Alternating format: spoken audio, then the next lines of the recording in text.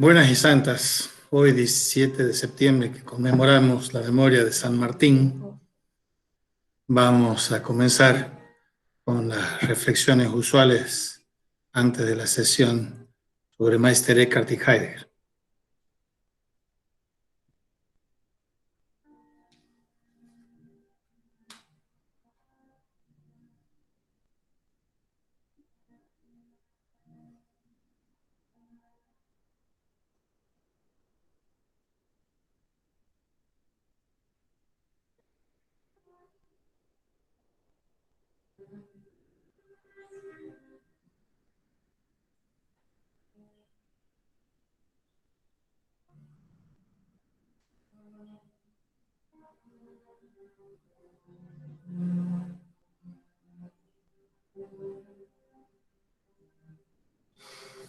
Bien, también como es sólito, vamos a introducir, previo a la reflexión del tema del día, esas frases del libro de John Maine, Silencio y quietud para cada día del año.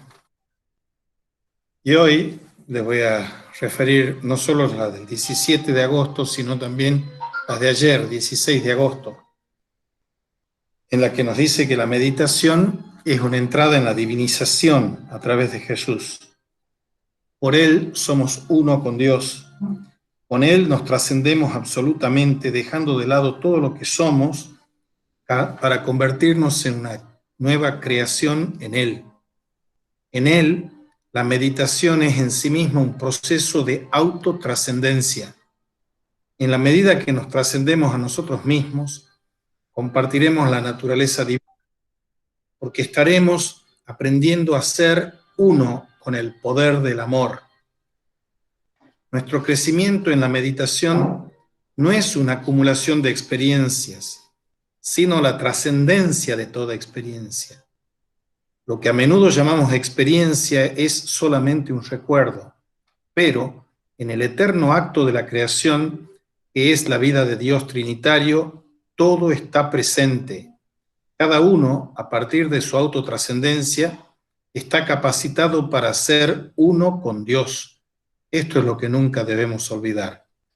Cada vez que nos sentemos a meditar, entraremos en esa unicidad, la unicidad de Dios que es ahora, la unicidad de Dios que es amor.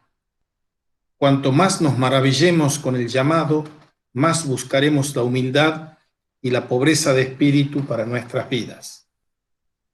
Bien, en el 17 de agosto nos habla de que lo extraordinario del mensaje cristiano es que esta luz no es nada menos que la luz de Cristo, la luz que es Cristo. Y con los apóstoles San Pablo y San Juan, aprendemos aquello que trataron ellos de comunicarnos, el hecho supremo y redentor de la luz de Cristo que brilla en nuestros corazones. La meditación es nuestro camino hacia esa luz. Por el don de Dios sabremos entonces que somos dignos de ser amados, sabiendo que la luz brilla para nosotros.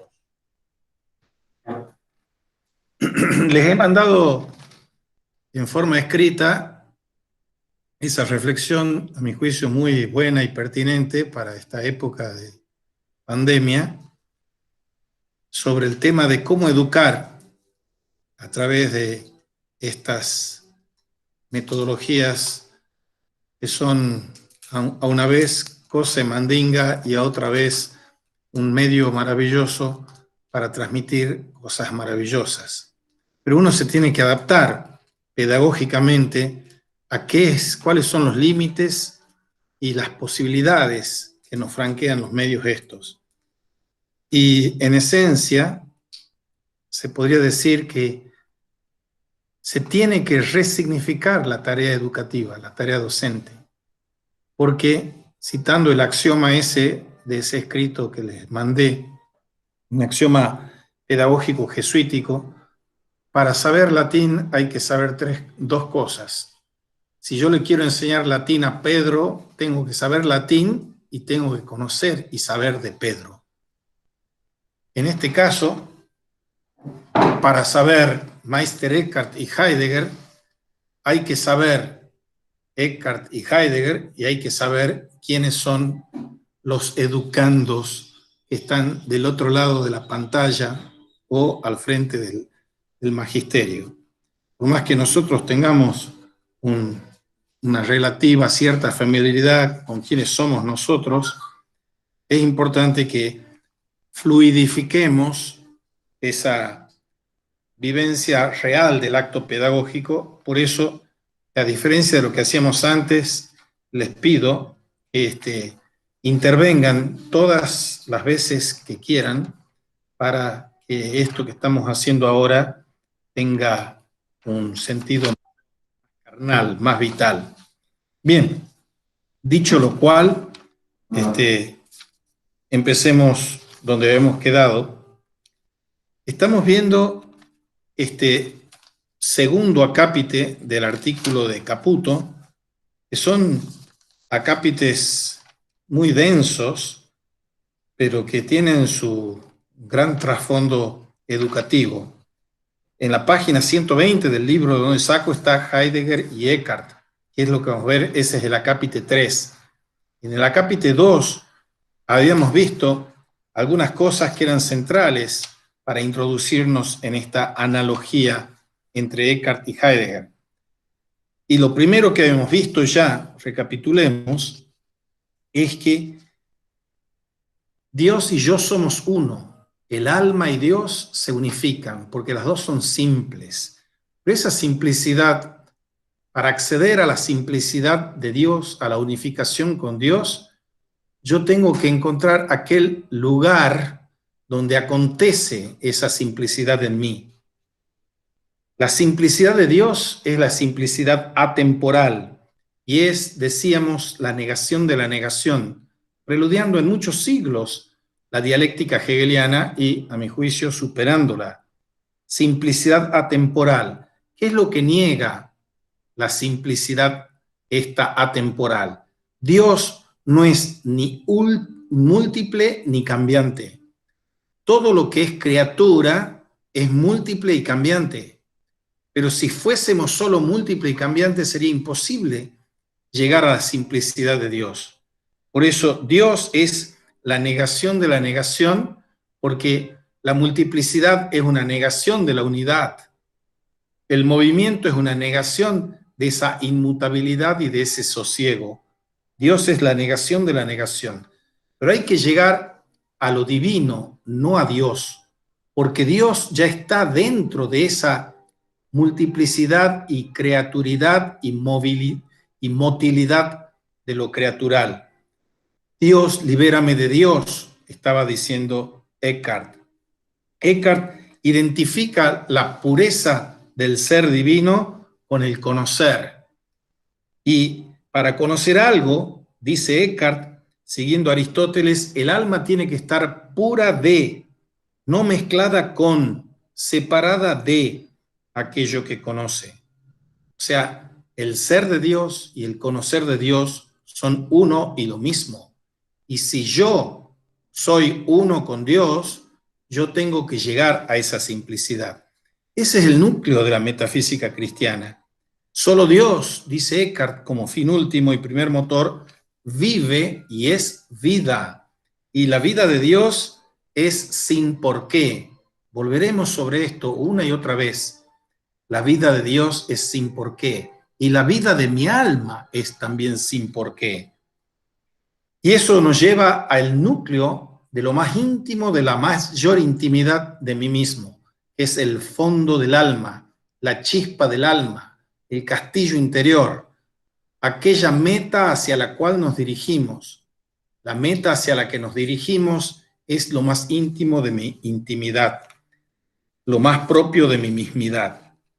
Ahora, todo esto nos lleva a esa vocación universal a la santidad. La santidad es llegar a ser simple, a ser uno con Dios, a nacer Dios en mí.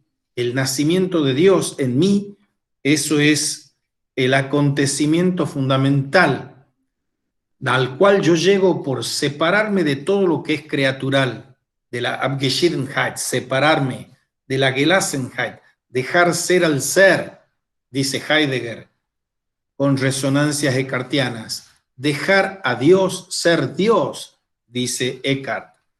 Entonces, esa tarea de la Abgeschiedenheit, de la separación de todo lo creatural en nosotros, es la tarea del corazón, no de la razón.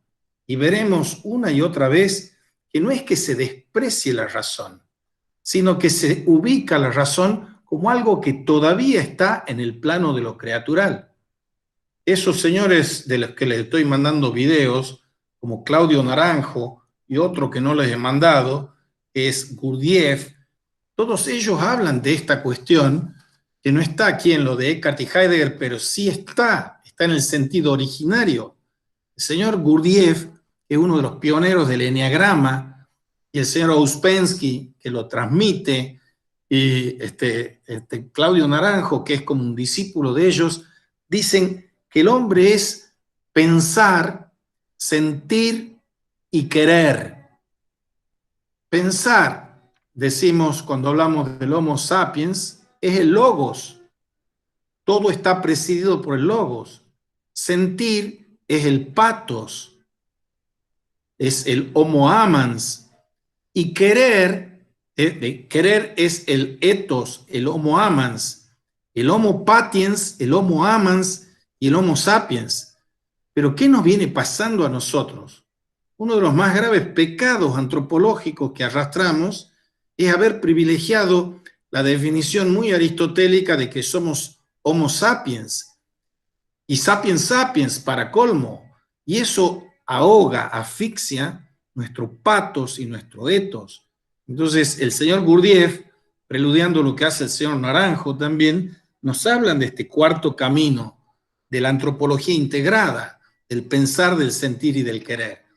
Valga esta digresión para ubicarnos en el contexto de lo que vamos a ver ahora con Eckhart y Heidegger, en los que vamos a ver las mutaciones en el propio Heidegger, del primer Heidegger al segundo Heidegger, con esto. Pasemos entonces, dicho este proemio, del segundo acápite al tercero, Heidegger y Eckhart. Pero antes de pasar, quiero abrir los micrófonos de ustedes para que me hagan comentarios, dudas o preguntas de lo que les acabo de decir, si tienen alguna. ¿No tienen preguntas? ¿No? Bueno. Heidegger y Eckhart.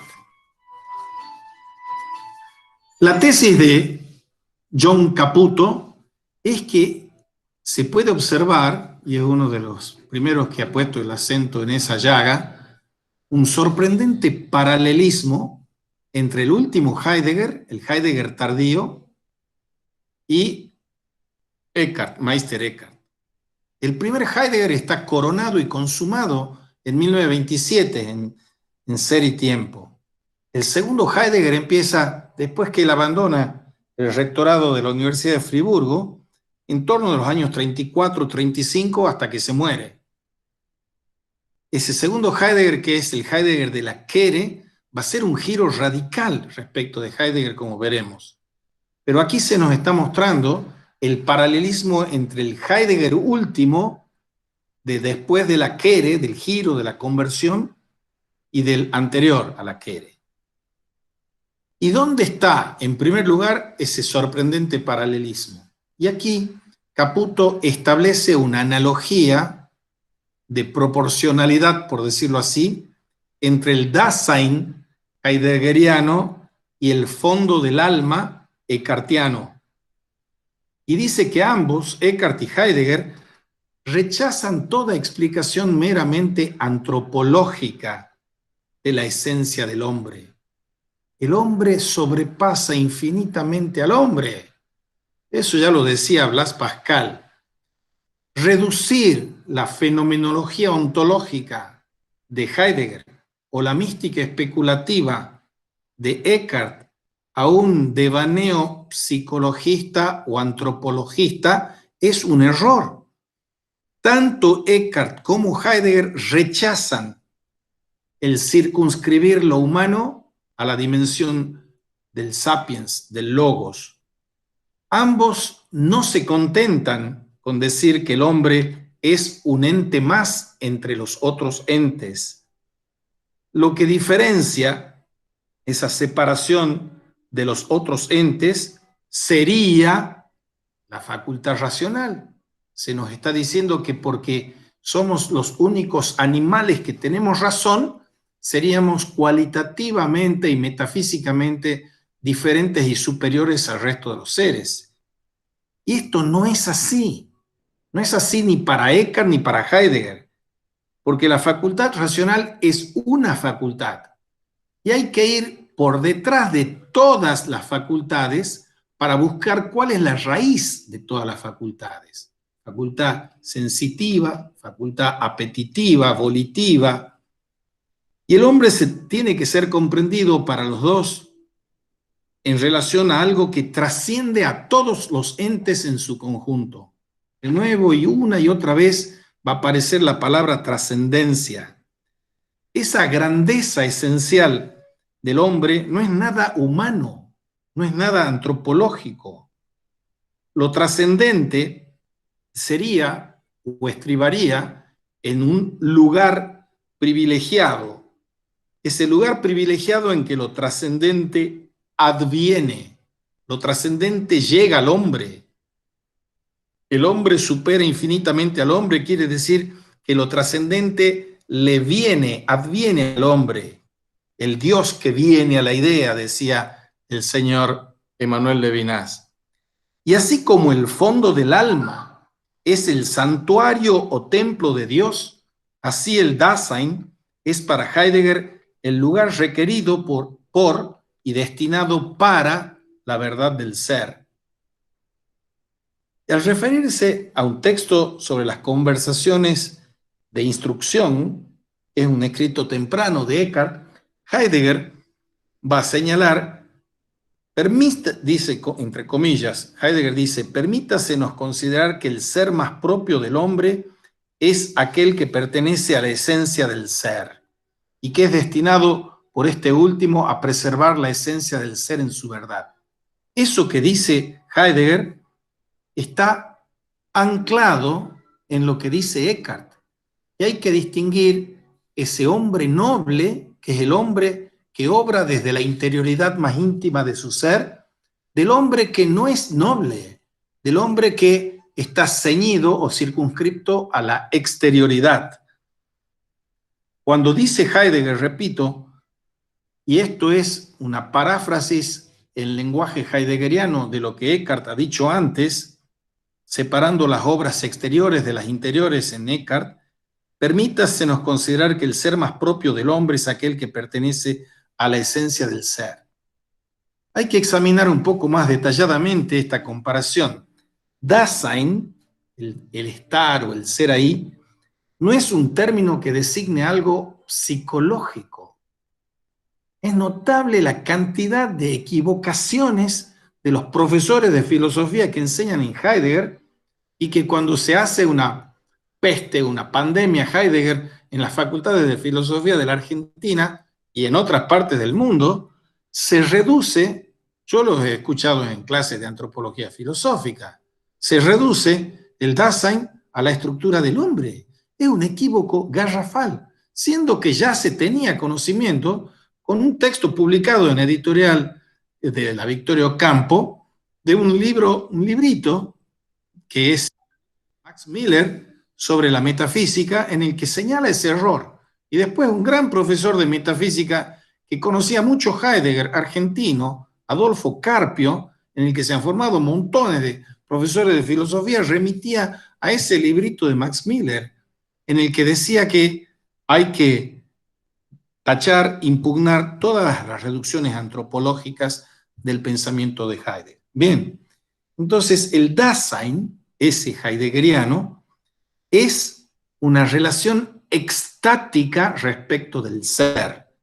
El Dasein no es un término psicológico, no es un término antropológico.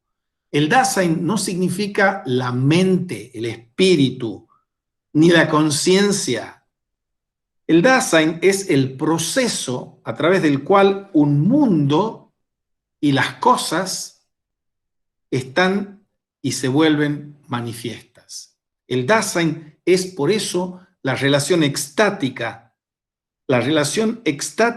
de la apertura al ser.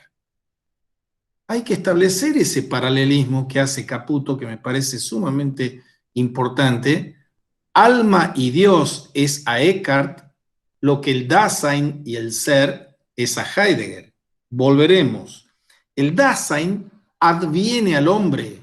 El hombre no es un Dasein, sino que el Dasein adviene en el hombre, pero no se identifica con el hombre, porque el hombre es un ente. Acápite 4 de Ser y Tiempo de Heidegger ya lo dice ahí. El Dasein es un ente privilegiado, y es privilegiado porque es el ente en cuyo ser le va la pregunta por el sentido del ser, dice Heidegger. Veremos la mutación que se dará allí. El Dasein es un ente. El Dasein es un proceso a través del cual los entes se vuelven manifiestos. Pero Eckhart plantea una exigencia similar para el fondo del alma, porque el más alto poder del alma, dice, es tan noble que es innombrable, y este poder no tiene nada en común con cosa alguna. Este fondo del alma no es ni esto ni aquello, no es una facultad del alma, sino que es anterior a todas las facultades del alma, las facultades del conocer, las facultades del desear, del apetecer, del imaginar. O sea, ese fondo del alma, esa chispa del alma, es anterior a todo eso, anterior a todas las facultades. Y no es un ente, ese fondo del alma no es un ente, de la misma manera que el Dasein no era un ente existente, el Seiendes, sino que es un lugar entre los entes en donde Dios se revela en su ser desnudo, dice Eckhart. Esa es la analogía. Y es por esto que hay que subrayar la importancia de la caracterización que hace Heidegger de la vívida actitud del misticismo medieval. ¿Qué dice el joven Heidegger cuando está escribiendo y dando clases del misticismo medieval? Lo que dice es que hay una relación trascendente y primordial del alma con Dios. Y Heidegger adopta esta misma estructura en sus propios escritos filosóficos maduros. Entre el Dasein y el ser hay una estructura de una relación con lo trascendente que acontece en el hombre, pero que no es identificable con lo humano. Por medio de sus facultades, sostenía Eckhart, el alma plasma las obras exteriores y se involucra con las cosas creadas, corriendo así el riesgo de olvidar por completo su fondo oculto, esa scintilla anime, esa chispita del alma, que es más profunda que todas las facultades. Y Heidegger también advierte del peligro de llegar a estar tan preocupados por los asuntos cotidianos que nos olvidemos de preguntar por el sentido del ser. Y en el último Heidegger, el Dasein caído está consagrado al desafío de dominar y manipular las cosas, que se ha olvidado de la más profunda intimidad con el ser, encubierto por la técnica. Todas las reflexiones sobre la técnica que tiene Heidegger son maravillosas para captar este olvido del ser. Ya estamos en el segundo Heidegger. En los años 50, cuando escribe El final de la filosofía y la nueva tarea del pensar, Heidegger nos ha dicho que la historia de la metafísica de la que él se está despidiendo y que hay que destruir no va solo desde Platón hacia Nietzsche, que también va, sino que el último tramo de la metafísica está encarnado por la informática, por la cibernética, porque la planetarización de la técnica es lo que nos lleva al olvido del ser, al olvido de la verdad del ser. Es un encubrimiento. Y eso no tiene nada que ver con una especie de odio y aversión a lo técnico. Es simplemente decir que hay que descubrir que hay que despedirse de ese encubrimiento de la técnica que está haciendo y operando como un encubrimiento del ser. Bien, para Eckhart, el fondo del alma no es lo opuesto a las facultades, sino que es la raíz de donde surgen las facultades. Y al igual que Eckhart, Heidegger está dispuesto a admitir que la definición del hombre como animal racional no es que sea falsa, hasta donde la misma concierne al pensar representacional. ¿Para qué sirve el pensar en el sentido clásico? ¿Para qué sirve la lógica? ¿Para qué sirve la ciencia? Y sirven para muchísimos, muchísimo, pero otra cosa es pensar que eso es todo, porque más allá de la representación, más allá del concepto, más allá de la imaginación, más allá de los sentires, está ese fondo último, ese abismo.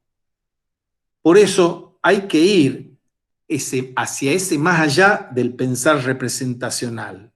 Eso es lo fundamental.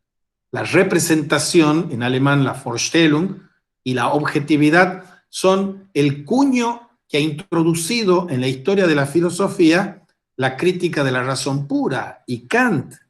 Y hay que ir más allá de la representación. Finalmente, en este contexto, Caputo dice que el Dasein y el fondo del alma están los dos referidos a lo trascendente en términos de identidad. Hay que superar el principio de identidad. Dios y el alma, o el ser y el Dasein, se copertenecen y cada cual encuentra en el otro su elemento más propio.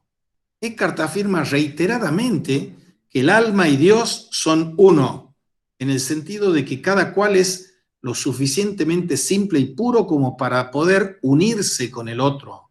Dios y yo somos uno, y somos uno porque somos simples. Dios es simple absolutamente, y nosotros tenemos que acceder a esa simplicidad.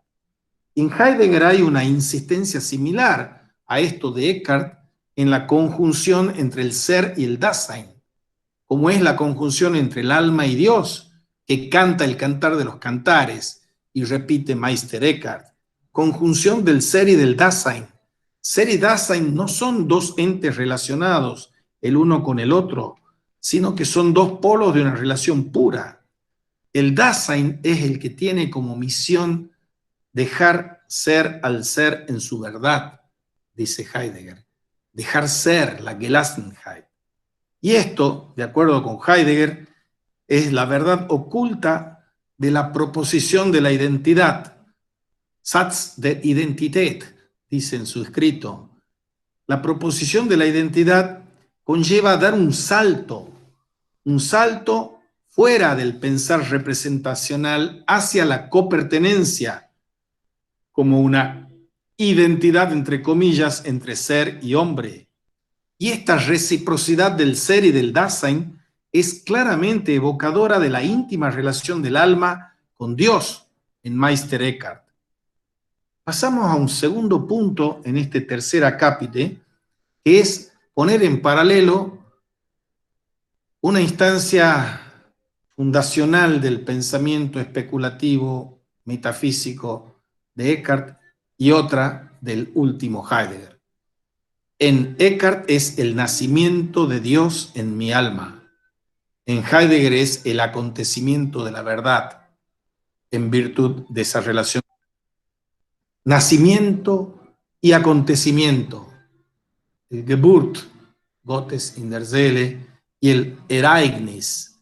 De acuerdo con Eckhart, el fondo del alma lo que procura es el lugar en el cual ocurre el acontecimiento primordial de nuestra existencia, que es el nacimiento del Hijo en mi alma, Hijo con mayúscula. Cuando nosotros celebramos las Navidades, la Pascua de Natividades, el nacimiento de Dios en el hombre, estamos preludiando lo que tiene que acontecer en cada hombre. En cada hombre tiene que nacer Dios. en cada alma humana tiene que nacer Dios. De acuerdo con Heidegger, el Dasein, análogamente, procura un claro en el bosque, ese claro en el que el acontecimiento de apropiación, el Ereignis, el acontecimiento de la verdad adviene. Yo no puedo pretender desde un ego cogitans dominar que acontezca la verdad. La verdad nunca es un producto de mi voluntad. No accedo a la verdad por un acto de mi voluntad, ni de mi razón, ni de mi inteligencia, ni de mi imaginación. La verdad adviene. Yo soy, dicho en cristiano, no soy yo quien vive, sino Cristo quien vive en mí. ¿Y quién es Cristo? El que ha dicho yo soy la verdad. Entonces esa verdad es indisponible para las facultades del hombre. En Eckhart se conjuga aquí la analogía entes con la analogía trinitatis, analogía de los entes con la analogía de la Trinidad. Para Eckhart, el ser del Padre consiste en engendrar y el del Hijo, con mayúscula, el ser engendrado.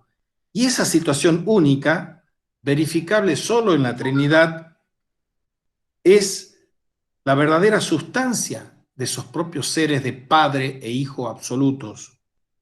Y esa analogía de la Trinidad es cómo esa Trinidad hacia el interior de ella misma, adintra, se expresa y se espeja y se refleja en la Trinidad adextra, hacia afuera. Y dice a continuación, glosando esto de Eckhart, dice Caputo, puesto que el nacimiento del Hijo es una extensión de la vida interior de la Trinidad hacia las criaturas, Eckhart adopta este mismo vocabulario al hablar de la relación del alma con Dios. La relación del ser y el Dasein reviste el mismo carácter del Padre y del Hijo naciendo en mí. Porque para Heidegger el ser es el verdadero proceso de dejar revelarse al ser con mayúscula. El ser de cada uno es su relación con el otro. De ahí que Heidegger haya muy bien podido hablar de algo similar a una relación subsistente entre el ser y el Dasein. Nos detengamos de nuevo en un pequeño gran capítulo de la metafísica. Yo les he dicho en otras clases, se lo repito ahora, que ese padre fundador de la filosofía sistemática y de la metafísica y de la lógica y de la ética y de la política, que es Aristóteles, señala que hay una categoría primaria, que es la sustancia, y hay otras categorías que son subsidiarias, que son lugar, tiempo, movimiento, reposo, hábito. Y una de las categorías, la más cenicienta de ella, es la categoría de relación. La relación es la más débil de las categorías. ¿Qué es lo que ha pasado? Cuando en la modernidad lo están desbancando a Tomás y con él a Aristóteles de la filosofía, porque está pujando esa matesis universalis que va a dar pie al nacimiento del racionalismo y el empirismo y la ciencia moderna, se va absolutizando la relación. Cuando Hegel, epítome o consumación del racionalismo absoluto, diga en el prólogo a la filosofía a las lecciones de filosofía del derecho, todo lo real, todo lo efectivamente real es racional y todo lo racional es efectivamente real. Uno puede legítimamente hacer una paráfrasis de esa frase y decir, todo lo efectivamente real es relacional, relación de todo con todos, y todo lo relacional es efectivamente real. Volvamos a Eckhart y Heidegger. ¿Qué dice o qué diría Eckhart de esas relaciones? Lo acabamos de oír. No hay Padre, Dios, sin Hijo, Dios. Hay una relación esencial, entrañable, inescindible entre el Padre y el Hijo. Y el nacimiento del Hijo en mí es también es cómo se encarna esa relación. ¿Y qué es esa relación? Heidegger dice, la relación entre el Dasein y el ser es una relación subsistente. Relación subsistente. Esta relación subsistente nos permite definir esta revelación del ser, con mayúscula, al Dasein.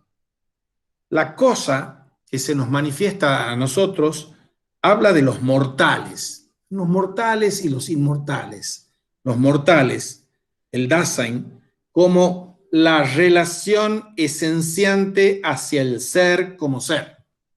Estoy traduciendo literalmente la frase que está en alemán, das Wesen des Verhältnis zum Sein als Sein. Acuérdense de la relación subsistente. Ahora, tomado literalmente, la frase significa la relación con el ser, con mayúscula, cuyo ser es ser una relación. Repito, parece un juego de palabras, y en alemán suena más a juego de palabras, porque Sein y Wesen nombran eso. La relación con el ser cuyo ser es ser una relación. Entre el Das es la copertenencia entre el Dasein y el ser, como la copertenencia de mi alma con el alma de Dios, por decirlo así.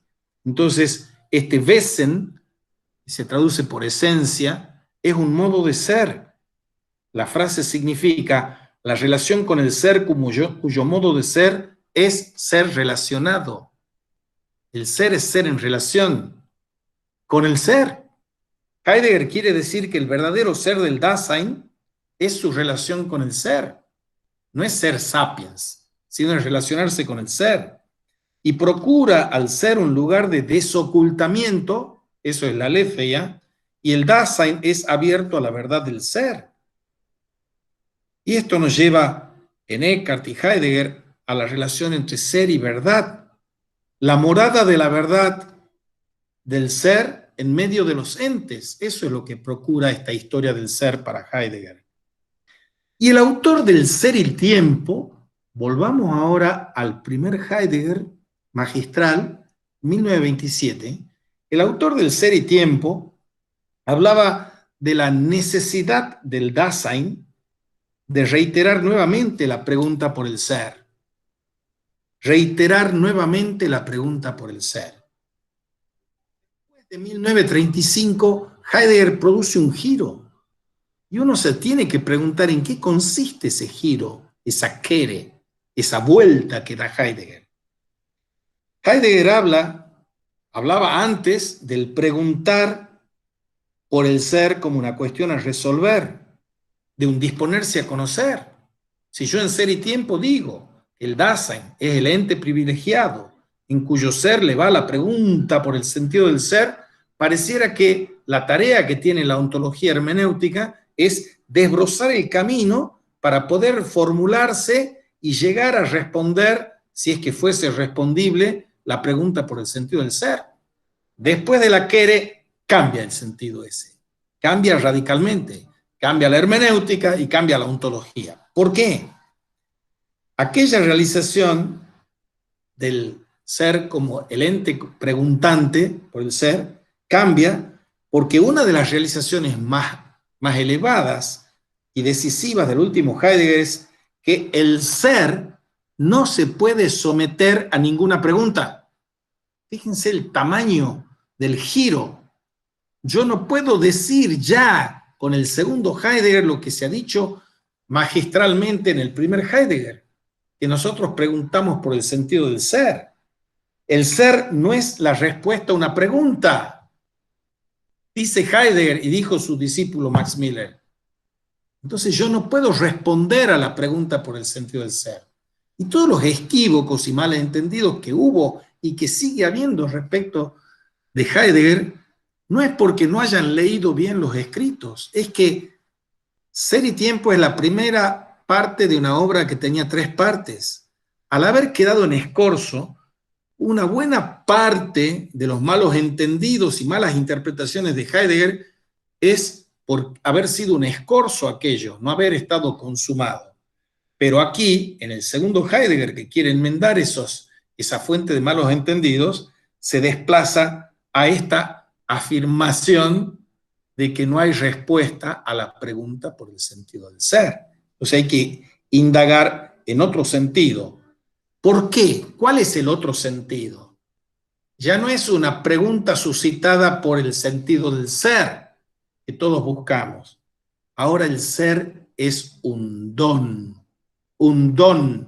algo que se da, es Gift, es un don, es, dice Heidegger en alemán, un favor que nos hace el ser, un don. Y ese don o favor es otorgado, sí. Y si el ser es aprendido de alguna manera, es porque el ser mismo se revela al Dasein por propia iniciativa. La iniciativa para que advenga el ser a mí como Dasein no es ni puede proceder de mí, procede de Dios. Ese Dios, perdón, el lapsus, también entra Dios aquí, pero entra como lo divino. Es el ser que adviene a mí, pero no adviene por un decreto mío, no adviene porque yo lo quiera, no adviene porque yo estudie mucho. El hombre tiene que estar abierto a esta relación, abierto en expectativa, en espera que el ser se manifieste, el ser se desoculte. No soy yo el que construyo la verdad, el ser se desoculta para mí. ¿Cuándo? Cuando el ser lo quiera hacer, no yo. Hay que dejar ser al ser y él se va a manifestar y desocultar. No soy yo el que vaya a ejercer una obra coactiva para desocultarlo. Eckhart formulaba su concepción, su doctrina del nacimiento divino en términos del verbo eterno, ese verbum cordis, ese verbo interior, esa relación fundamental en que hay entre el verbo interior y el verbo de la voz, el verbo exterior. Todas las concepciones del lenguaje, que no son las de Eckhart y las de Heidegger o las de Michel Henry, parten de la base de analizar el lenguaje como voz exterior. Ninguno de ellos habla del verbum cordis o del verbo eterno que está previo a toda habla, a todo decir nuestro. Ese verbo eterno es central para adentrarnos en el misterio del que nos está hablando el místico Eckhart. Y ese misterio es que el Padre engendra al Hijo en el alma, profiriendo su verbo. El Padre engendra al Hijo en el alma, profiriendo su verbo, que es el conceptum verbum en el alma, ese verbum cordis en el alma. Dios no nace en mí si Dios no infunde en mí ese verbo cordial en mí. Y también para Heidegger el acontecimiento de la verdad puede ser expresado en términos de un lenguaje primordial. Hay un lenguaje primordial y un lenguaje que no es primordial. El lenguaje que nosotros estamos hablando ahora no es primordial. El lenguaje primordial es el silencio. En silencio habla y dice el verbo primordial todo lo que dice, y en silencio tenemos que auscultarlo. Aquí viene la cuestión con el decir. Decir en alemán se dice sagen, S-A-G-E-N, sagen. La palabra sagen en alemán tiene en castellano y también en alemán el tema de las sagas. Sagas y sagen es el decir. El auténtico decir es la cuestión que nos mueve tanto a Eckhart como a Heidegger. El auténtico decir. Y como Eckhart, Heidegger sostiene que este lenguaje es algo que está sobre y más allá del habla humana. Porque el habla humana es habla con conceptos, con imágenes, con símbolos, son representacionales. Otro grande, que ya hemos mencionado varias veces aquí, es el señor Wittgenstein. El señor Wittgenstein, en su prólogo del Tractatus Logicus Philosophicus, está diciendo que con lo que he hecho aquí, que es la cuestión de la lógica, con lo que he hecho aquí, he resuelto todos los problemas de la lógica. al resolver todos los problemas de la lógica, no he tocado en lo más mínimo las cuestiones de la vida, que son las que únicamente importan. Las cuestiones de la estética, las cuestiones del sentido de la vida, las cuestiones de Dios, del mundo. Y él dice y distingue entre sagen y zeigen, Wittgenstein. Sagen es decir, zeigen es mostrar. ¿Qué es aquello que no se puede decir y que se muestra? Lo místico, dice Wittgenstein. Entonces, el sagen es un modo no primordial, el decir no primordial, cuando está atenido y aferrado a imágenes, conceptos y representaciones. ¿Quién puede hablar con el sagen? ¿Quién puede decir en la filosofía de Wittgenstein? Y los científicos son los que pueden decir, pero lo que pueden decir tiene unos límites impresionantes, que ellos no se dan cuenta que dónde están los límites. Los límites de que con eso, por muy excelsos y premio Nobel que sean, no acceden en absoluto a lo importante, que es la vida, que es la estética, que es la ética, que es Dios, que es el mundo, que es lo místico. Porque eso se muestra, no se dice. Y de aquello que no podemos decir nada, de aquello debemos hacer silencio. O sea, debemos hacer silencio de las cosas importantes, de la vida, de la ética, de la estética. Entonces, cuando aquí se nos compara a Eckhart con Heidegger, se nos dice, ¿cuál es ese lenguaje primordial? No es el hombre el que habla, dice Heidegger, sino el lenguaje mismo es el que habla. Ahí se da la vuelta de tuerca para la hipostatización del lenguaje. Die Sprache spricht. El lenguaje habla. Nosotros no hablamos. Nosotros, en el mejor de los casos, escuchamos las palabras esenciales que nos proveen los poetas para hablar. O sea, hablamos de segunda. No podemos decir nada de primera nosotros. Entonces sigue Heidegger. Die Sprache spricht. No es el hombre el que habla, sino el lenguaje mismo. Y esto parece significar que el impulso a hablar se puede originar en ciertas cuestiones en el ser mismo. El ser es el que está en correspondencia y copertenencia con el lenguaje primordial. Y ese ser habla a través del hombre. Por eso, dice Heidegger, el poeta nombra lo sagrado, el pensador piensa el ser. Pero estos son poetas y hombres que vivimos en tiempo de indigencia, que no sabemos ni hablar, ni decir, ni nombrar nada. Entonces, ¿qué nos cabe en este páramo, en este desierto, en que los dioses han huido? No ha advenido el ser, dice Heidegger, parafraseando a Hölderlin. Los dioses han huido, el cielo está vacío y no han llegado los pensadores que puedan pensar el ser. Ese es el tiempo de indigencia en el que estamos viviendo. Si el ser habla a través del hombre, como Eckhart, Heidegger está caracterizando este lenguaje primordial en términos de silencio. Nada hay más importante para la filosofía y la metafísica que una sigética, una comprensión del silencio, no una comprensión del lenguaje, porque no hay lenguaje sin silencio en que se sustente. Entonces, Eckhart caracteriza el lenguaje primordial en términos de silencio, porque el hablar originario del lenguaje mismo es silencioso. Si el lenguaje primordial del ser es el silencio, ¿qué nos queda para el hablar? El hablar cotidiano es una cháchara, es un palabrerío insustancial. El hablar originario del lenguaje mismo es silencioso y solo es oído en silencio y escuchando. Eso dice Heidegger en su libro De Camino al Lenguaje. Lean ese libro. Y está repitiendo a un autor que él ha leído y se ha callado bastante de nombrarlo como referente, que se llama San Juan de la Cruz. Y San Juan de la Cruz está reproduciendo lo que le ha dicho Eckhart. En silencio, Dios se ha expresado en su Hijo. y en eterno silencio también tenemos que escucharlo nosotros. Solo es oído en silencio y escuchando, dice Heidegger.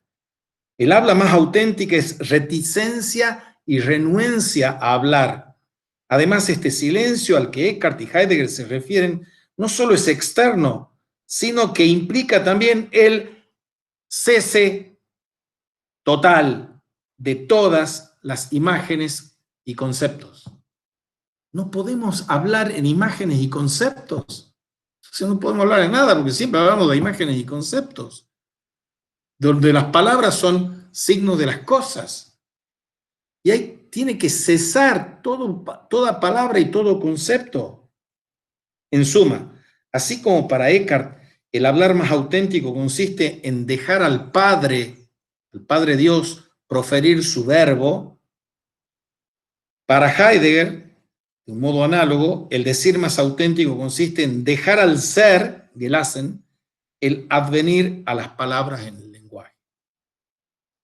Y aquí hay una relación de semejanza y de diferencia analógica entre esta concepción del lenguaje y silencio que hay entre Dios y el alma y entre el Dasein y el ser que hay entre Eckhart y Heidegger. Heidegger ha criticado acerbamente la concepción teológica del lenguaje, que es una concepción metafísica tradicional del lenguaje. Cuando él critica, por ejemplo, la concepción de la adecuación entre el intelecto y las cosas, como la definición de la verdad, en esa concepción tradicional, escolástica, teológico-filosófica, es la concepción para Heidegger metafísica tradicional, de la que no se habría librado Eckhart para Heidegger, porque la teología se atiene todavía a la distinción tradicional entre concepto interno y palabra exterior. Lo que antes mencionábamos en Eckhart, entre el verbum cordis y el verbum vocis, y tomando a esta palabra exterior como la exteriorización del anterior, del primero, del concepto interno. La teología sostiene con la tradición que el concepto interior es el lenguaje más verdadero, el verbum cordis, pero insiste en que el más verdadero de todos los conceptos no es nada creado, es el increado, es el verbo increado mismo. Para Heidegger, por otra parte, toda estructuración de ese tipo es falsa, porque las palabras no tienen que ser entendidas, según Heidegger, como signos de los conceptos, ni los conceptos como signos de las cosas. Lean el acápite sobre la palabra de Camino al lenguaje de Heidegger. Más bien, la cosa se dice con dos términos en alemán. Ding es cosa y Sache es cosa. Si yo digo Ding, es la cosa en el sentido castellano del término cosa, cósico. Si digo Sache, si yo digo du bist sachlich, es algo objetivo. Entonces, Heidegger da una clase, un seminario y hay un libro sobre el tema de la cosa. Entonces, aquí nos está diciendo, el lenguaje deja a las cosas ser. El lenguaje deja a las cosas ser. Y esta es la condición, comillas, alemán, condición se dice Bedingung, de ahí está Dinge, es la condición de las cosas, la Bedingung de Dinge, la condición de las cosas. Lo que Heidegger reclama es un lenguaje templado por el silencio, libre del pensamiento conceptual o representacional, con lo cual estaría de acuerdo en eso con Eckhart también, por supuesto, que supere todas las distorsiones del lenguaje metafísico, incluido, presuntamente, para Heidegger, el de Eckhart. De aquí que mientras Eckhart exalta el silencio místico, Heidegger exhorta a una renovación del lenguaje. ¿Y quién va a renovar el lenguaje según Heidegger? No son los místicos, son los poetas. Y ese sí que es un giro radical. Y no es un invento de Heidegger. Heidegger lo toma de un tipo que se llama Schelling. Schelling es, dentro del idealismo alemán, el que ha privilegiado superlativamente la poesía. Y eso es lo que le hace cambiar el horizonte hermenéutico a Heidegger. Y en eso sí se va a distinguir de Eckhart. Mientras en Eckhart nos encontramos con un representante clásico de la teología negativa, lo que hemos visto del pseudo Dionisio, en Heidegger nos enfrentamos con un pensar que tiene que ser conducido a la proximidad con los poetas, pero que sin embargo conserva bajo una forma secular un cierto sabor a la teología negativa. En Heidegger también está presente aquello que es nuclear en Eckhart, la teología negativa. Lo que pasa que Eckhart se deja inspirar y usa de la teología negativa en un contexto secular. Y de ahí pasamos, no sé si tienen preguntas de esto, pasamos a otro punto de esto, es la Gelassenheit. ¿Tienen preguntas o comentarios de esto?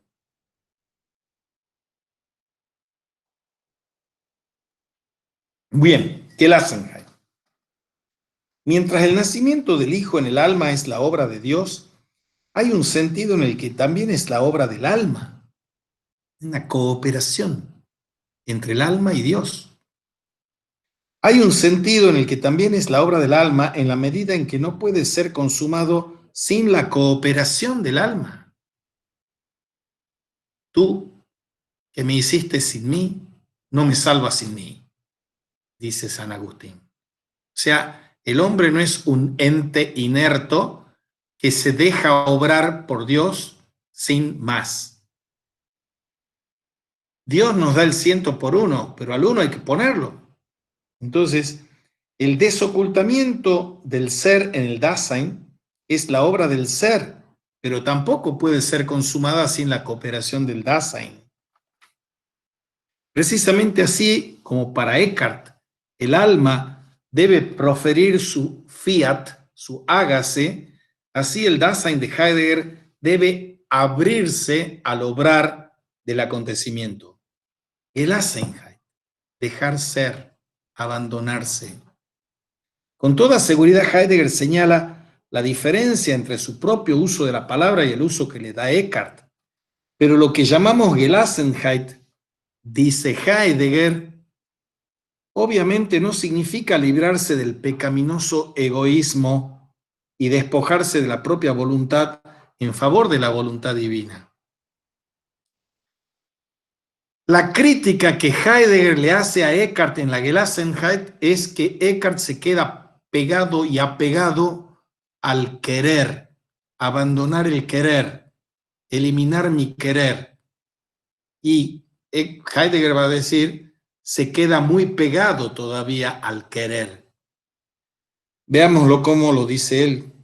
Mientras para Eckhart el alma que no había alcanzado la resignación estaba llena de amor propio, Eigenliebe, el amor sui malo, y de obstinación, Eigenwille, la voluntad de sí mismo, Heidegger no se interesa en el problema del amor propio, porque considera que eso, que se llama la subjetividad y está asignada por ese amor propio, es una perversión para Heidegger. Y esa perversión, aunque sea diversa de la descrita por Eckhart, es análoga a la de Eckhart. La perversión no es el pecaminoso egoísmo, como sería en Eckhart, sino el erigir el sujeto del pensar en el más alto principio del ser. Es una perversión que invierte por entero la esencia del hombre. El hombre tiene que dejar ser al ser, no tiene que tratar de dictarle las leyes al ser para ser. Esta perversión que ha invertido por entero la esencia del hombre, dice en sus libros sobre Nietzsche, Heidegger, y es porque rehúsa reconocer la prioridad del ser y establece la prioridad de un ente, el hombre, en su lugar. Una falta bastante similar al error espiritual del orgullo, en el que el hombre, la criatura, se afirma a sí mismo ante Dios, el creador. Con Descartes, el ser es reducido a un objeto enfrentado a un sujeto. Ningún ente puede ser a menos que una razón suficiente lo certifique ante el sujeto pensante. Repito, por lo de razón suficiente que ahondaremos. Ningún ente puede ser a menos que una razón suficiente lo certifique ante el sujeto pensante. Y aquí no hay cuestión de pecado, sino el mismo círculo de pervertida soberbia. El pensar racional está sujeto a sus propios conceptos, representaciones, Vorstellungen, y reglas, Grundsätze, a las que espera que el ser se conforme. La historia de la metafísica es la historia de las prescripciones de la razón respecto de lo que debe ser el ser. Yo le dicto al ser lo que el ser debe ser. Sea que yo le diga platónicamente que tiene que ser idea, que tiene que ser acto puro, que tiene que ser voluntad de poder, son todas prescripciones que yo como sujeto le dicto al ser. Materia, voluntad o lo que fuese. Pero para Heidegger el ser es lo encubierto y el hombre no es sino un mortal extrovertido por el lanzamiento del ser.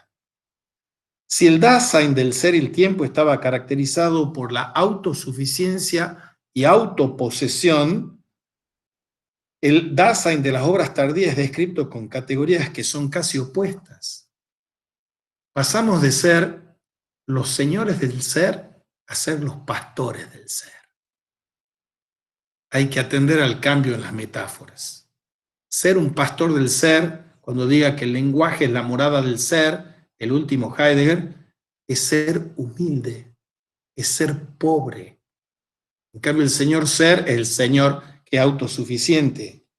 Las virtudes del pastor son su estar atento, son su paciencia de esperar y, por cierto, su humildad y su pobreza. Y la pobreza del Dasein consiste en que no tiene el poder de disponer del ser. Él mismo depende del favor, del Gunst del ser. Depende del gusto del ser, de darse, de desencubrirse, de hacerle el favor al hombre. Si es que la verdad ha de manifestarse alguna vez.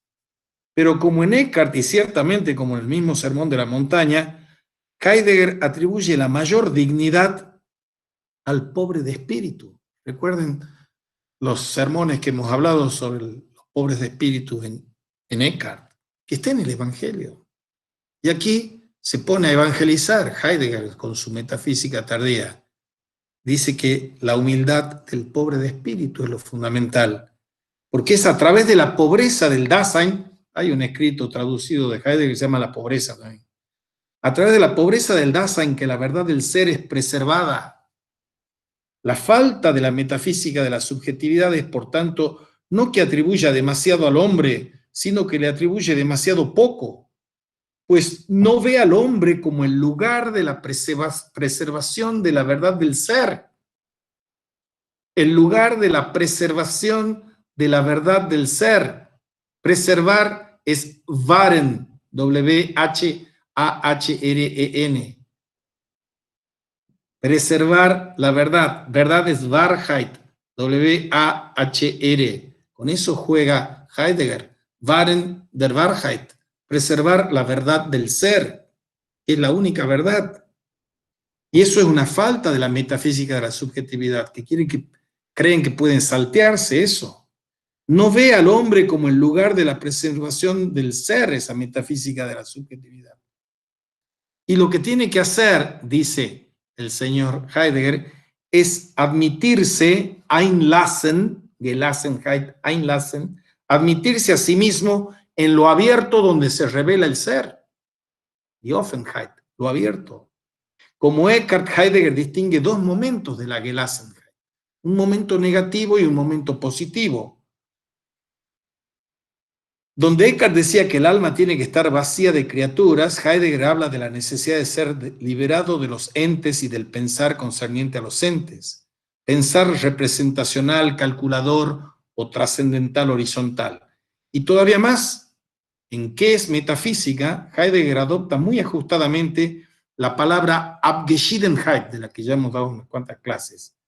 La separación. Es un complemento de la Gelassenheit. Con la Abgeschiedenheit describimos ese momento de la Gelassenheit, el separarme de todo lo que no es Dios, el separarme de todo lo que no es ente. En Heidegger en Eckhart y Heidegger respectivamente. En Eckhart, esa fase negativa de la separación implica una disciplina de liberación del alma del amor de las criaturas. Ahora, en Heidegger es la separación de los entes y la eliminación de esa ontoteología que buscaba un ente primero, ente supremo que sería Dios. Es el momento negativo de la Gelassenheit, como Abgeschiedenheit. Hay un segundo momento positivo de la Gelassenheit. Y así como para Eckhart la separación significaba no solo estar vacío de criaturas, sino también estar pleno de Dios, así la Gelassenheit significa no solo estar liberado de los entes, sino también estar abierto al ser. El primer momento es negativo, es un querer no querer. Querer no querer. Wille zum Wille es una expresión heideggeriana, el querer la voluntad, querer el querer. En Eckhart es tachado eso, querer no querer. Yo tengo que no querer nada, porque soy nada para Eckhart. Pero aquí Heidegger le hace una interpretación diciendo un querer no querer, un no representar. Y eso lleva al segundo momento referido positivo de la Gelassenheit, que es la perfección. Y aquí no hay cuestión alguna del querer, sino una simple apertura al ser. Apertura al ser que deja ser al ser. Igualito a como Eckhart hablaba, dejar a Dios ser Dios. Dejar ser al ser. Dejar a Dios ser Dios. Esa es la Gelassenheit perfecta y positiva. Así como el alma resignada le es revelado el Dios desoculto y verdaderamente divino, así en Heidegger el ser, libre de todo encubrimiento metafísico, se descubre en su verdad al pensar que ha consumado la Gelassenheit. Y vamos ahora a la cuestión clave de ese poeta grande, coetáneo o contemporáneo de Leibniz, que se llama Angelus Silesius, el peregrino querubínico, con la rosa es sin por qué. Hay que distinguir el tilde de acentito. Una cosa es por qué separado y con acento, y otra cosa es por qué unido y sin acento. ¿Por qué es varum? ¿Por qué es weil? Ya vamos a ver el significado metafísico hablando de esto. Estamos ahora ya en posición de aclarar una crítica que hace Heidegger a la concepción de Eckhart, a la Gelassenheit. La Gelassenheit, dice Heidegger, no puede ya ser pensada en el dominio del querer, núcleo de la crítica de Heidegger a Eckhart. No puede ya ser pensada en el dominio del querer, como sucede en ese viejo maestro del pensar, que es Eckhart. Dice él, esto es el Meister Eckhart. Si lo que aquí quiere decir Heidegger al remarcar dentro del dominio del querer es que Eckhart sostiene que la Gelassenheit es un querer no querer, entonces está claramente equivocado, dice John Caputo, y yo creo que tiene toda la razón. Está claramente equivocado. Eckhart está antes de Descartes. Y Descartes es el querer. Descartes es la búsqueda de la certeza. Y el pecado, yo le pregunto a mis alumnos de secundario al posgrado, ¿dónde está la voluntad como en su sujeto? Quiere decir, puesto en términos más técnicos filosóficos, está la voluntad, está el error en la voluntad o en el intelecto. Si yo les pregunto a ustedes eso, quizás lo ponga en aprieto. ¿Qué contestaría Santo Tomás? ¿Dónde está el error? ¿En la voluntad o en el intelecto? En el intelecto. ¿Y qué contestaría Descartes? Está en la voluntad. ¿Por qué? Porque el error no es lo mismo que la mentira. El error es decir de lo que es que no es sin saber que no es. O decir de lo que no es que es sin saber lo que es. El error tiene su sujeto en el intelecto, que compone y divide. Y si pone SSP, el sujeto es predicado, se equivoca el intelecto. ¿Dónde está el error para Descartes? Si yo sigo el discurso del método, soy inerrante. Es imposible que yerre. porque el error está en la voluntad. Por no haber sido suficientemente circunspectos, cometemos el error. Esto que estoy diciendo, por supuesto, Eckhart está en el siglo XIV, antes del siglo XVII de Descartes, pero toda la filosofía postcartesiana es voluntarista y está sosteniendo esto. Y ese es el error, para no decir la mentira para los que sí sabían que era y que no era. Ese es el error metafísico de la metafísica moderna como metafísica de la subjetividad, que se teje esos castillos en el aire de que yo construyo el objeto epistemológico, que yo construyo la verdad, que la verdad sale de mí. ¡No! La verdad es algo que trasciende lo que yo puedo conocer, lo que yo puedo percibir. La verdad es una persona, no es una cosa a la que yo me adecue. La verdad es aquello donde nosotros vivimos, nos movemos y existimos. Eso es la verdad. Es la verdad. O tengo que ser un humilde escéptico y decir, no, no existe la verdad, no puedo conocer la verdad, no puedo decir la verdad. Y seamos consecuentes escépticos o seamos consecuentes dogmáticos, pero no pretendamos que eso es una filosofía, porque eso no es una filosofía, es un error filosófico. Bien, Heidegger, que está enancado en la metafísica de la subjetividad para negarla, le atribuye a Eckhart algo que es de él, no de Eckhart, y le dice, vos, Eckhart, te estás equivocando y sos un maestro del vivir y del pensar y del leer, te estás equivocando en porque seguís apegado a esa cuestión del querer. Lejos de Eckhart, eso. Está totalmente equivocado, dice Caputo, y yo también le pongo la firma. Dejar a Dios ser Dios. Estamos en la Gelassenheit. ¿Qué es la Gelassenheit? Un querer no querer, como cuando uno reza en el Padre Nuestro, hágase tu voluntad y no la mía, querer no querer para que la voluntad de Dios opere en mí.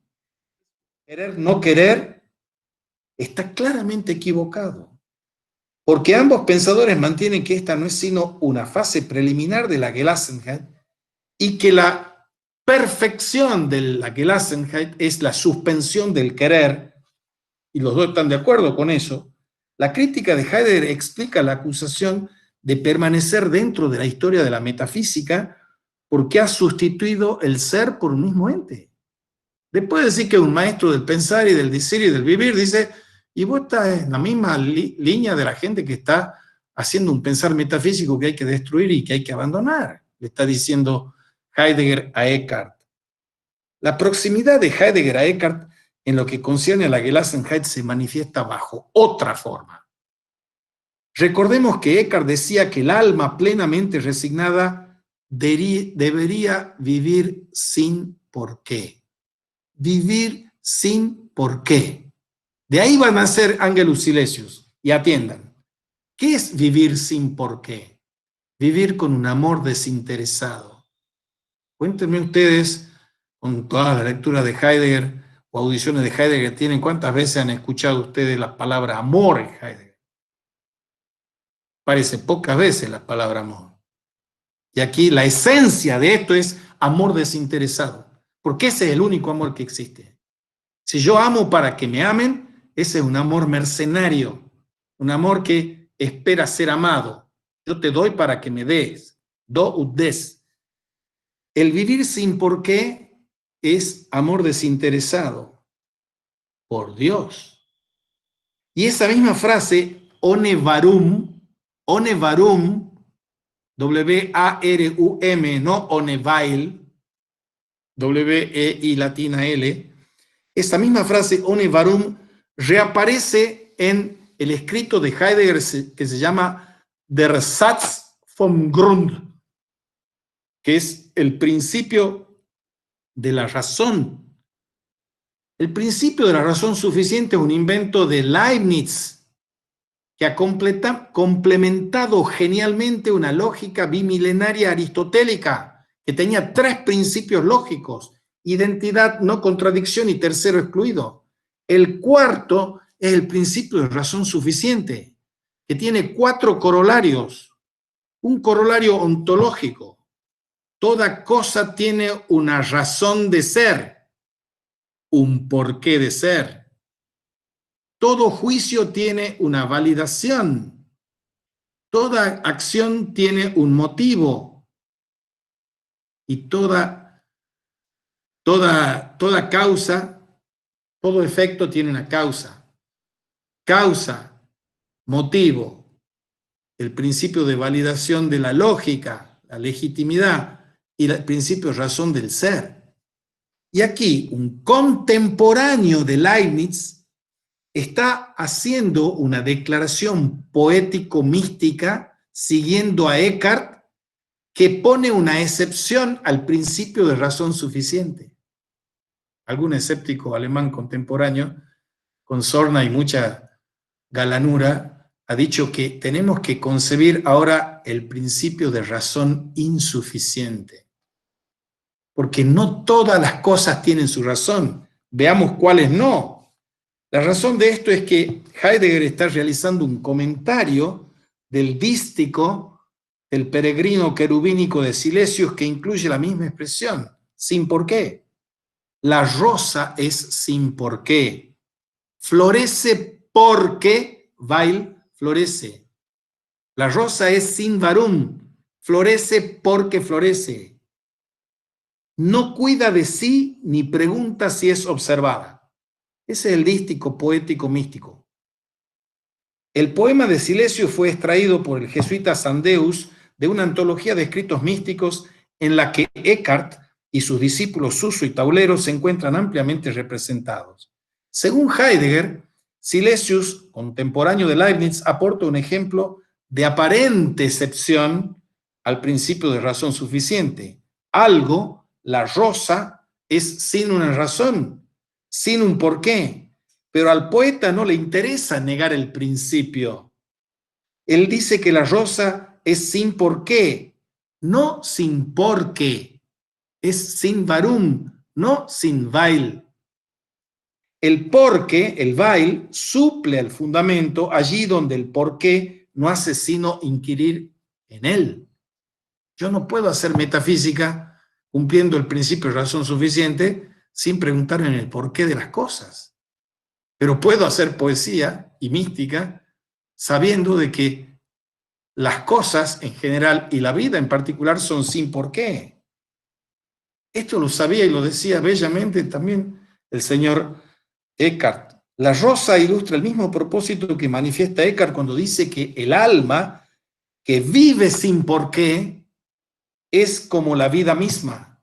La vida es sin porqué. Vive porque vive, dice Eckhart. Semejante a la rosa,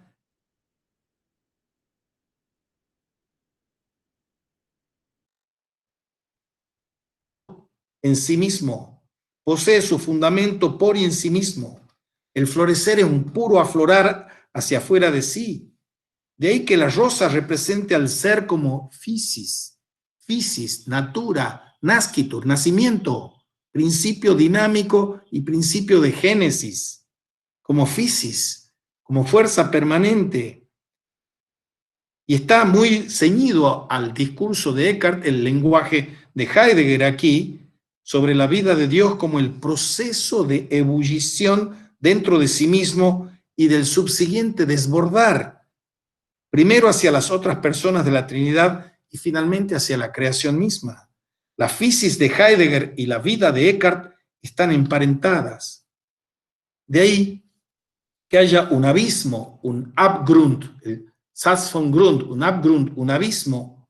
El ser es el porqué último de toda pregunta. Y Dios, que es la vida, es el porqué último de todo viviente, obviamente. El porqué está abismado en un juego. Dice Heidegger, el juego es sin porqué. Juega a condición solo de jugar. El Dasein no es una herramienta sujeta al ardid del ser. No es apropiado imaginar que el ser, la verdad misma, dependa del hombre.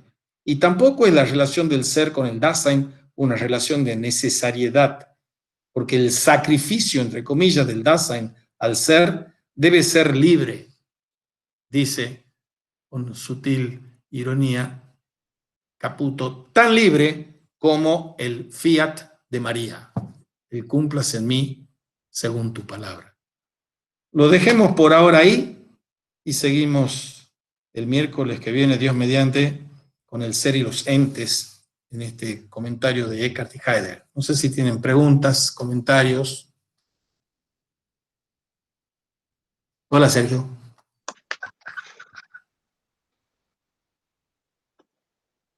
Mañana en la facultad. Mañana tenemos filosofía de la historia a las 8:30 Perfecto. y Sí. tenemos a las 10:30 éticas políticas modernas. Así que 8:30. manden la comunicación a los alumnos, por favor. Sí, ya la mando. ¿Tiene alguna pregunta, Sergio? Yo entré tarde. Sí. ¿Cómo están? Buenas tardes. Buenas tardes. A mí no sé si ya lo habrá hablado, pero me llama mucho la atención esta idea del silencio unida a la gracia, cuando en las escrituras una de las palabras que más se resalta es la palabra verbo, ¿no?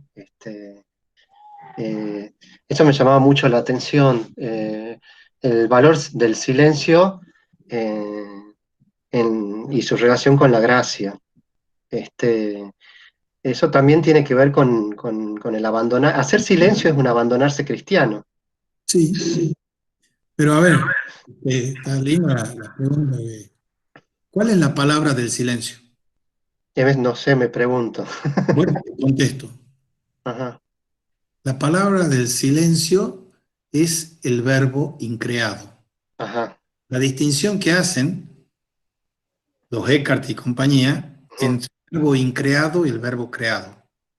Todas las palabras Sí, resumen y reasumen en la palabra, dice el poeta Eliot. Las palabras en plural se pierden porque se nutren solo del silencio que habita en la palabra.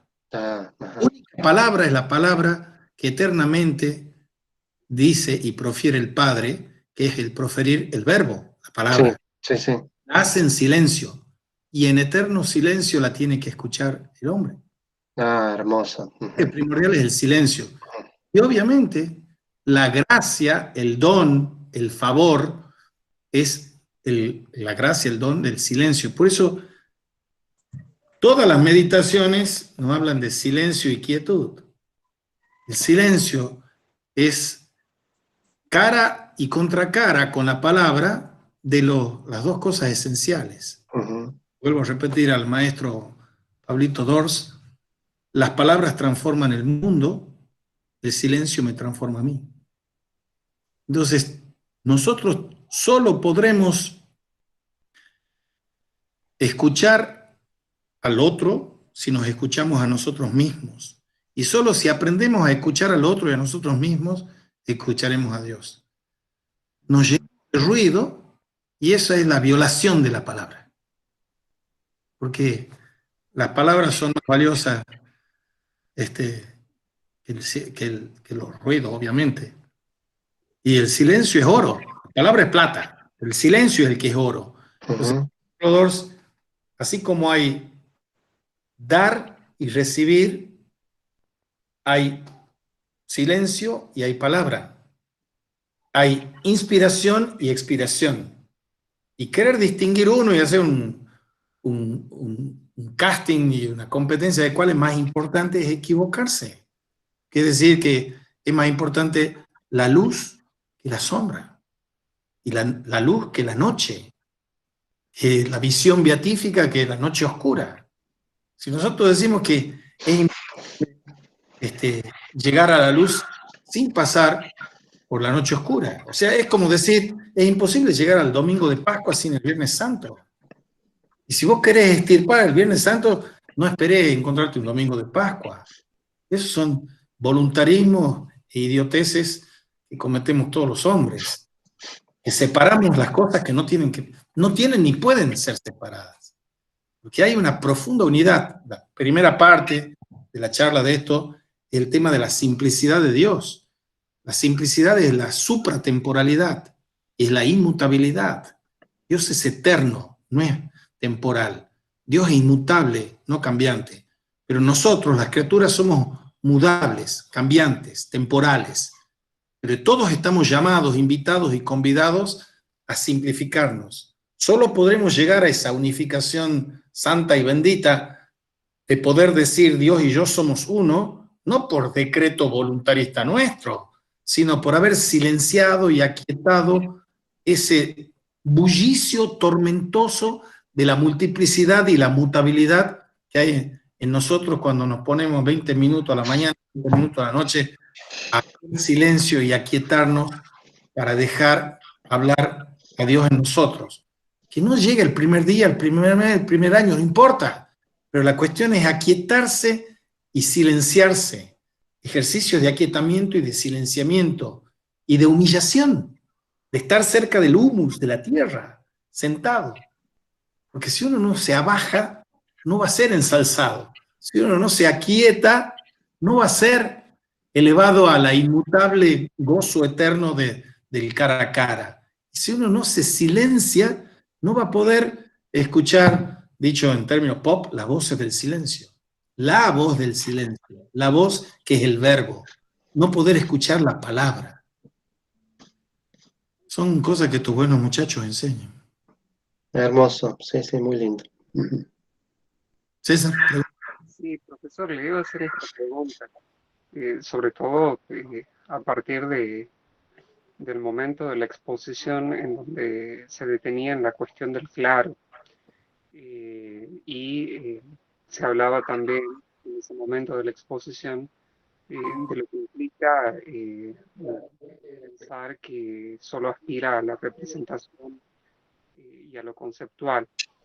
La pregunta sería la siguiente: ese claro, desde el punto de vista de Heidegger, ese claro que se puede despejar en nosotros y en donde acontecería la verdad, es un claro que acontece en la medida en que tomamos distancia del pensamiento, de la representación del pensamiento meramente conceptual.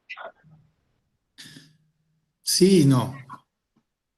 Porque en la segunda parte de tu exposición me pone una cuestión representacional, cuando tomamos distancia. El claro, lo abierto de Heidegger, es una metáfora muy selva negra. Cuando uno llega a Alemania como neófito, por primera vez, una de las cosas que más asombra cuando va por tren, al lado del Rin, de Colonia a Friburgo, por ejemplo, pasando por el Mosela y todo eso, es ver la cantidad de bosques que hay. Y uno ve todos los bosques muy ordenaditos, como son los alemanes. Y uno se hace la pregunta que se hizo algún filósofo: ¿los bosques alemanes son ordenados porque son bosques alemanes o los alemanes son ordenados porque viven en entornos boscosos? La selva negra es un bosque que no es un bosque originario, sino que siglo XVIII, XIX han ido sembrando bosques. Pero es el entorno, la Heimat, la patria acogedora de Heidegger, la selva negra. Y es uno de los bosques así más connotados, pero hay otros que son los bosques que dan pie a la literatura de los hermanos Grimm, que están al noreste. Pero la dimensión de lo boscoso es como una metáfora de la vida. Y Heidegger es un campesino de la selva negra. Y filosofa y piensa como campesino de la selva negra. Y los significantes primarios para su pensar tienen que ver con el bosque. Der Feldweg, donde dice que Eckhart es el maestro del vivir y del pensar y del leer, es el camino del bosque. Uno entra al bosque para hacer una Wanderung. Wanderung es una caminata por el bosque. Y los alemanes son alemanes a taparse camino de Wanderung. Entonces uno encuentra unas marquitas en los árboles que tienen un conito, un triángulo rojo, un triángulo amarillo para el otro costado, que son los caminos que te orientan en el bosque. Pero antes de que haya estas señalizaciones dentro del bosque, vos tenés que te internás en el bosque puro y tenés las sendas perdidas, otro libro de Heidegger. Entonces, cuando uno está en el medio del camino de la vida, en el medio de la Wanderung por el bosque, lo que vos buscás como desesperado es un claro del bosque. porque en el claro del bosque acontece la iluminación. La iluminación es la Lichtung para Heidegger, pero no para Heidegger, para los mitos orientales es el combate entre la luz y las tinieblas. Entonces la Offenheit es la apertura en el bosque donde puede acontecer la iluminación. Pero la iluminación no depende de la voluntad del caminante buscando la apertura. Es que lo que acontece es la apertura y no está a disposición mía, ni con un GPS, ni con un mapa, nada. ¿Acontece o no acontece? Acontecer de la verdad. La aletheia es el desencubrimiento. El bosque es el encubrimiento. Y nosotros en nuestra vida cotidiana, en la facticidad de nuestra vida cotidiana, vivimos en medio del bosque, enmarañados, llenos de ruido, de furia y de sombras, llenos de encubrimientos. Y el arduo camino solo puede pedir y reclamar de nosotros que nos quedemos a la espera que el ser se desencubra, que accedamos a lo abierto. Tenemos que quedar a la espera del Dios que viene. Solo un Dios puede salvarnos. Eso no depende de nosotros. La palabra disposición es fundamental, porque la disposición muestra una metafísica de la manipulación, que es las cosas están a disposición mía, que signa esa alma fáustica del occidente, en la que yo pongo y someto con Bacon, con Berkeley, con Hume, con Descartes, con Newton, someto a la naturaleza y la siento en el sillón de los acusados y la torturo para sacarle la verdad. Esa es la actitud que ha primado con el constructivismo epistemológico de Kant a nuestros posmodernos. Eso es lo que prima en la tecnología y en la tecnocracia, que es lo que acaba de decir él. La informática es la consumación de la metafísica de Platón. Y eso hay que despedirlo, y hay que destruirlo, porque no es para pensar, hay que pensar con el pensar meditativo, que es el pensar después de la filosofía, después de la metafísica. El pensar postmetafísico es el de la Gelassenheit, de dejar a las cosas ser cosas, dejar al ser ser. Entonces eso muestra una Offenheit que es una clave mítico, místico, religiosa del filosofar del último Heidegger, esa apertura. Hay un gran escritor argentino, muy peronista él, se llama Abel Pose, que él organiza, porque ha sido embajador en varios lugares, y cuando estaba de embajador en Austria, organiza un gran congreso para discutir las poesías de Rilke, de las elegías del Duino, etc., a las cuales Heidegger le dedicaba mucho amor y lección.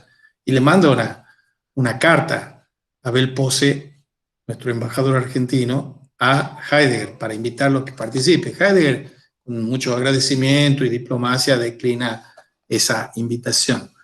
Pero lo pintoresco para el contexto de tu pregunta es que el artículo de Abel Pose se llamaba Lo abierto en Heidegger. Porque lo abierto está en ese lenguaje críptico, poético, profético de Heidegger, que avanzaba en sus discursos como si fuese Nietzsche hablando con Zaratustra después de Sils María. Ese lenguaje críptico y esotérico y poético de Heidegger es una especie de exaltación, una exaltación de una hipostatización del lenguaje. Fíjense la cuestión del lenguaje en Wittgenstein y en Heidegger. Qué diferencia abismal que hay entre Wittgenstein y Heidegger. En Wittgenstein, el lenguaje tiene que tener como referente la vida concreta y cotidiana del hombre común y corriente. Ya no es más el lenguaje formalizado de la matemática. Para Heidegger tampoco es el lenguaje de la matemática. Todos los del Círculo de Viena se matan de risa con esto de Sprachesprich de Heidegger, se matan de risa y hablan de la estructura lógica y la sintaxis lógica del lenguaje. Pero Heidegger, que no está ni con el Círculo de Viena, obviamente, pero tampoco está con Wittgenstein, lo que está haciendo es una idolatrización del lenguaje. ¿Y qué hace? Toma el lenguaje de Hölderlin y lo trata de cooptar en su pensamiento. Y esa cooptación de la poesía de Hölderlin llega a decir esas cosas que a uno le caen antipáticas, hablando en sentido político y filosóficamente correcto. Dice que el único poeta verdadero es Hölderlin.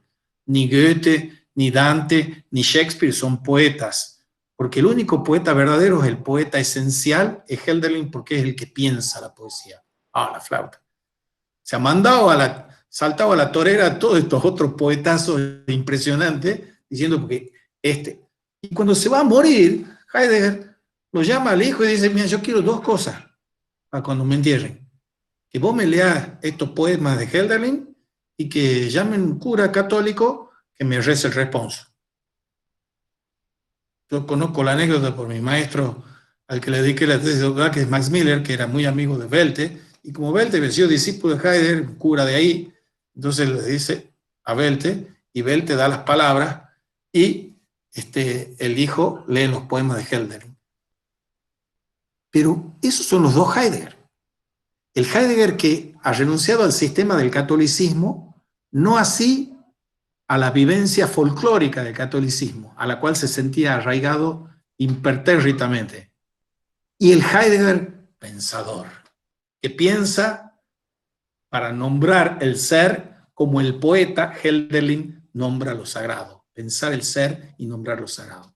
Entonces con eso estaba en paz su alma cuando va a ser enterrado. Pero son las dos cosas que están operando en él. Él tenía un sobrino que era cura, Heidegger, y no le ha pedido al sobrino cura, él quería uno que haya sido de los discípulos de él. El sobrino cura, a quien quería mucho, le regaló el cáliz y todo eso. Son cosas de que hay que meterse, como dice ese articulito sobre el tema de cómo educar con estos medios. Para enseñar el latín a Pedro hay que saber latín y hay que conocerlo a Pedro. Hay que conocerlo a Heidegger. Hay que conocer todos los vericuetos que tiene en su vida y además meterse en los textos de él para hacerle justicia a una lectura de Heidegger. Una lectura de Heidegger que conozca a Heidegger y que conozca las obras de Heidegger, el camino del pensar de Heidegger. Y ese es un pensamiento, por supuesto, riquísimo, pero como todos los pensamientos, no exento de errancias. La palabra errancia es de Heidegger. Entonces, una cosa es el error y otra cosa es la errancia. La errancia es de una connotación ontológica. El error es de cuestión nociológica.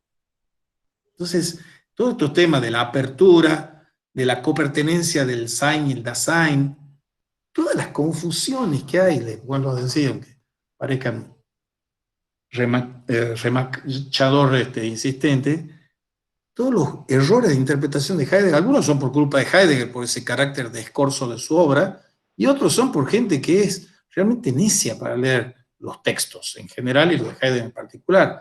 Uno tiene que entrar con pie de plomo y con sutileza de terciopelo o de seda para acceder a una lectura de los textos. Porque los textos tienen toda la aridez, y los de Heidegger son más áridos que el común de los mortales, toda la aridez y toda la profundidad que el genio del autor del texto tiene. Entonces uno tiene que ser muy cuidadoso. Entonces, entresacar de los textos y del conocimiento y de la familiaridad con el autor de los textos, qué es lo que nos dice detrás de lo que no nos dice también. Entonces, cuando él está haciendo una crítica a Heidegger, porque él está teniendo una posición metafísica que obviamente ha cortado amarras con todo aquello que es el creacionismo. Entonces, ¿cómo va a aceptar él el verbum cordis, que es la palabra increada, si él ha dicho yo no puedo aceptar ninguna palabra increada, porque las palabras son las palabras esenciales, son las que me dan los poetas, y a los poetas le vienen de los inmortales, de los dioses. Entonces, con eso le acortó de cuajo toda vinculación legítima y posible a un filosofar que tenga como premisa los libros sagrados. Y no nos metemos aquí en la complicación que tiene leer la Biblia. Hoy más que ayer, y ayer más que anteayer, porque cada vez hay más gente honesta y laburadora que de distintas posiciones de fe están aprendiendo y enseñándonos a ver la Biblia con otros ojos. Pero Heidegger cortó de cuajo, como Jaspers, o como Breyer, cortó de cuajo la posibilidad que aquello que viene de las Sagradas Escrituras pudiese ser legítimo como premisa de pensamiento filosófico. Y una de las cuestiones fundamentales es el Dios creador. Y si yo rechazo el Dios creador porque no puedo contestar legítima y honestamente a la pregunta ontológica fundamental de por qué hay ente y no más bien la nada, yo pasó mañana empiezo en metafísica con la teología de los primeros filósofos griegos. Y hay que amacarse para aprender todas las cosas que desconocemos de lo que es la teología, que es un invento de los griegos, por otra parte. Pero, ¿qué significa la teología de los Anaximandros, de los Anaxímenes, de los Heráclitos, de los Parménides, de los Platones, de los Aristóteles, que están antes de las teologías cristianas? Pero hay que conocer, y hay que estudiar, y hay que ir a los maestros que saben, como Werner Jäger, que es un maestro. No vamos a tener tiempo de ver el otro libro de él, que es Humanismo y Teología, pero a de la teología de los primeros filósofos griegos, lo vamos a ver. Y uno se desburra olímpicamente. Yo ese libro lo compro hace 40 años, y lo estoy leyendo ahora para dar clase. Me doy cuenta todo el tiempo que he perdido de que no lo he leído ese libro, para desconocer un poco menos, no conocer un poco más, desconocer un poco menos del océano de ignorancias y necedades que uno va repitiendo. Y hay que conocer cómo surge la cuestión teológica. ¿Sí? La filosofía nace en continuidad y ruptura con la teología de la cosmogonía y la teogonía de Homero y de Hesíodo, por ejemplo. O sea, hay que saber todas las fuentes estas de las que se nutren estos señores. Y estos señores estaban, algunos de ellos, como Werner Jäger mismo, son coetáneos de Heidegger. Y están diciendo cosas muy diferentes. Lo agarra un alumno a Heidegger hablando de cuestiones de hermenéutica después de un seminario magistral de Heidegger sobre Anaximandro y el apeiron y lo indeterminado, y le dice: pero maestro, su interpretación es muy violenta, por más que usted hable de la violencia hermenéutica. Eso no dice en el texto. ¿Y qué le contesta Heidegger? ¿Es que existe un texto en sí? Le dice Heidegger. O sea, yo soy dueño de hacer lo que quiera con un texto, en virtud de la libérrima actitud hermenéutica. Bueno, pero para eso hay que saber Anaximandro, y hay que saber Heidegger, y hay que saber qué posición toma uno como lector del siglo XXI y del año 2020 si uno se enfrenta con un texto así. Y uno se tiene que nutrir de esas muletas, si quieren, o de esas prótesis que son los tipos que son los gigantes sobre cuyos hombros nos montamos nosotros para aprender y renovar nuestros aprendizajes de lectura de textos de Heidegger, por ejemplo. Heidegger o de Hegel o de quien fuese. Bueno, no sé si tienen alguna otra pregunta. Si no, nos despedimos hasta el miércoles, Dios mediante. Bueno, muchas gracias. Hasta luego. Chao.